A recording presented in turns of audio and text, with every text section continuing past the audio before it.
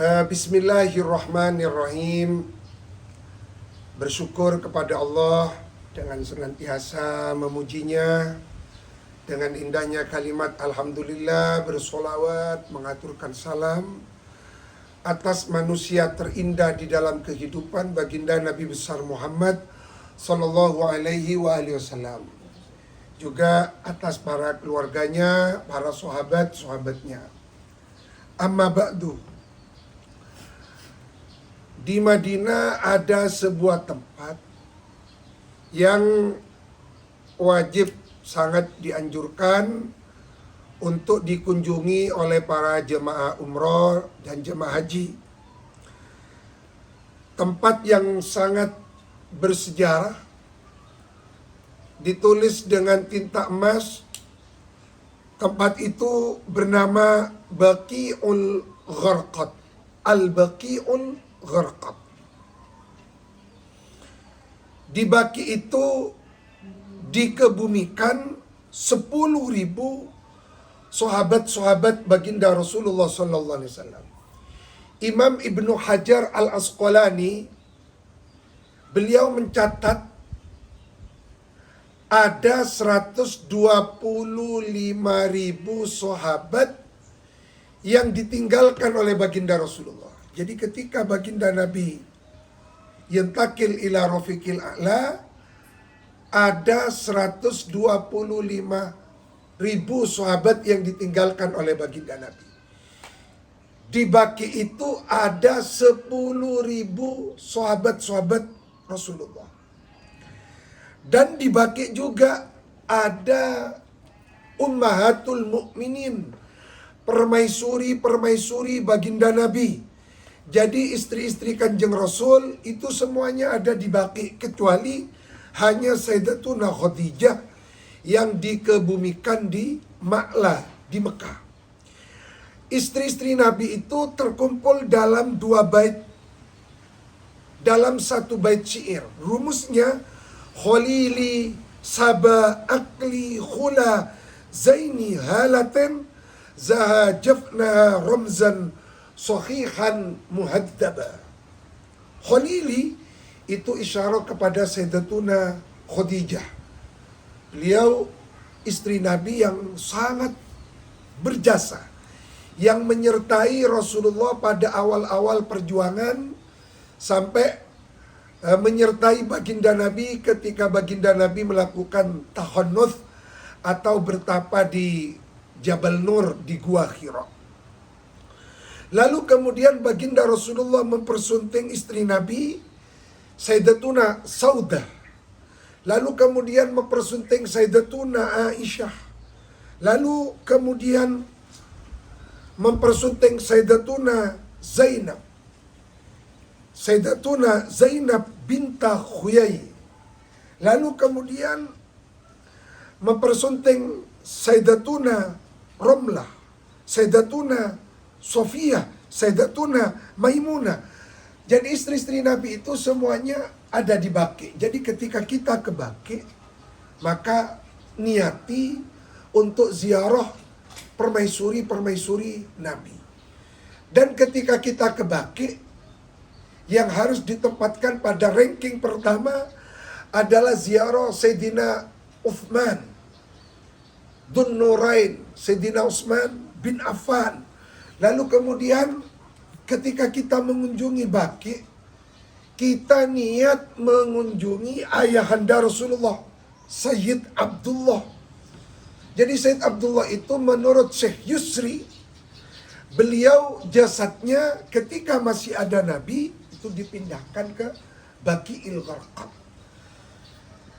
Dan ketika kita ke Baqi, kita niat ziarah semua sahabat-sahabat Rasulullah, utamanya sahabat-sahabat Nabi yang paling banyak meriwayatkan hadis.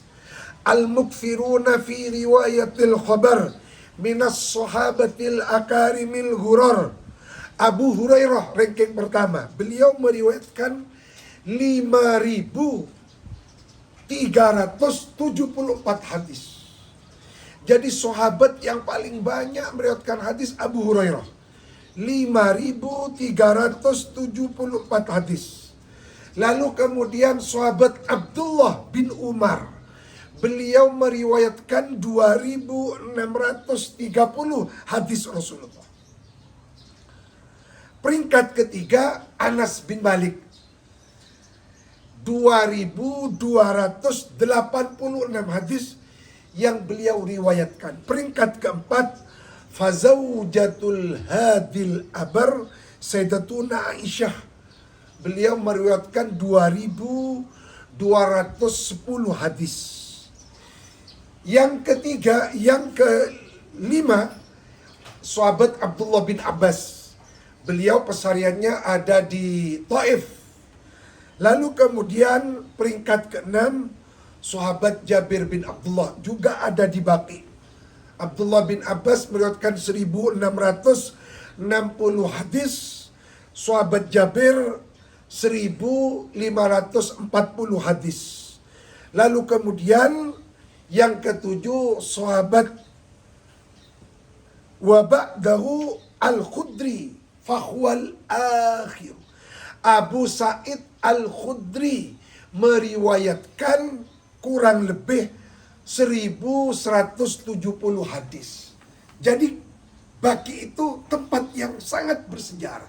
Ketika kita datang ke Baqi, berarti kita acabis sowan istri-istri Nabi, sowan Sayyidina Utsman, sowan ayahanda Rasulullah, dan sowan 10.000 sahabat, terutama ulama-ulamanya sahabat, diantaranya Abu Hurairah yang paling banyak meriwayatkan hadis. Kita di Indonesia ini, Masya Allah, bersyukur kepada Allah menjadi santrinya para wali songo. Jadi wali songo untuk mengenalkan Abu Hurairah kepada kita, maka setiap sholat Jumat, setiap Bilal yang naik ke atas mimbar pegang tongkat, mau menyerahkan tongkat kepada imam, Bilal berkata, "Ruya an Abi Hurairah radhiyallahu anhu." Jadi sahabat Abu Hurairah itu sudah ada dalam hati. Maka ketika kita ke Baqi, bayangannya Abu Hurairah. Nah, sehingga ketika kita ke Baqi untuk menguatkan robitoh, keterikatan perjuangan antara kita sebagai umat baginda Nabi dengan para sahabat-sahabat Rasulullah, santri-santrinya baginda Nabi besar Muhammad SAW. Sehingga yang perlu dilakukan nanti di Baqi'il Gharqad adalah memberikan sumbangan Fatihah. Lalu kemudian bertahlil, baca Yasin, baca kulhu, kul a'udzu birabbil falaq, kul a'udzu birabbin nas. Lalu kemudian membaca kalimat musyarrafah, bertasbih dan berdoa. Karena berdoa di Baqi itu mustajabah. Itu yang pertama. Yang kedua, baginda Nabi suatu ketika didatangi malaikat Jibril. Ada di dalam Sahih Muslim. Jadi kata baginda Nabi, Jibril datang kepadaku. Lalu kemudian malaikat Jibril mengatakan, "Inna rabbaka, sesungguhnya Gusti Allah Tuhanmu wahai Kanjeng Nabi, ya'muruka, memerintahkan kepadamu, anta ya ahlal Baqi, agar engkau datang ke Baqi." Lalu engkau diperintah oleh Allah untuk membacakan istighfar kepada ahlul Baqi. Lalu sahabat matur, "Ya Rasulullah, bagaimana kami membacakan istighfar kepada ahlul Baqi?" Lalu Rasulullah menyatakan, ucapkanlah, "Assalamu ala ahli diyar minal mu'minin wal muslimin wa yarhamullah al-mustaqdimin minna wal mustakhirin wa inna insyaallah bikum lahiqun." Jadi Allah memerintahkan kepada baginda Rasulullah melalui malaikat Jibril agar baginda Nabi datang ke Baqi dan berdoa untuk ahlul Baqi. Artinya ketika kita datang ke Baqi, ingat itu adalah perintah Allah kepada Rasulullah. Jadi kita datang ke Baqi untuk mendoakan ahlul Baqi dan untuk memohon agar supaya barokahnya sahabat-sahabat Rasulullah ahlul Baqi, karomahnya, barokahnya, permaisuri-permaisuri Nabi yang mendampingi baginda Rasulullah. Ayat turun untuk para istri-istri Nabi. Kita juga niat bertabarruk kepada para permaisuri-permaisuri Nabi, termasuk bertabarruk kepada Ahlul Bait. Karena Ahlul Bait Rasulullah, Sayyidina Hasan, cucu Rasulullah, itu dimakamkan di Baqi. Cicit Rasulullah, Imam Ali Zainal Abidin, yang sholat tahajud setiap malam 1000 rakaat, itu ada di Baqi. Sayyidina Ali Zainal Abidin itu, beliau itu kalau sholat, itu tidak ingat siapa-siapa kecuali hanya Allah. Suatu ketika ada kejadian, Imam Ali Zainal Abidin yang mendapatkan gelar As-Sajjad, beliau sholat. Masjid yang beliau tempati sholat itu roboh. Jadi tiangnya itu ada yang roboh, rempak kata orang Madura. Jadi orang-orang menjerit, Imam Ali, masjidnya roboh. Imam Ali tetap sholat, gak merasakan bahwa tiangnya masjid itu runtuh. Jadi beliau tetap tidak tahu kalau masjid sebagiannya itu ada yang roboh dari saking khusyuknya. Jadi itu ada di Baqi. Jadi di Baqi itu tempatnya sahabat-sahabat, wali-wali kelas 1 ada di sana. Jadi kalau kita puas ziarah satu wali, bagaimana kepada ribuan wali yang ada di Baqi? Apalagi 10.000 sahabat.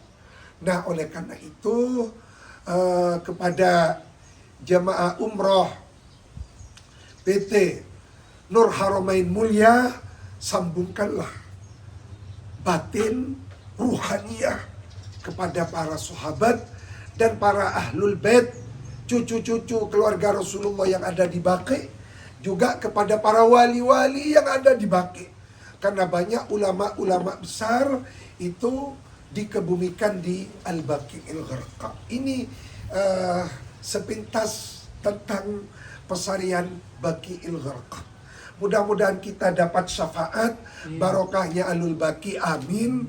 Wassalamualaikum warahmatullahi wabarakatuh.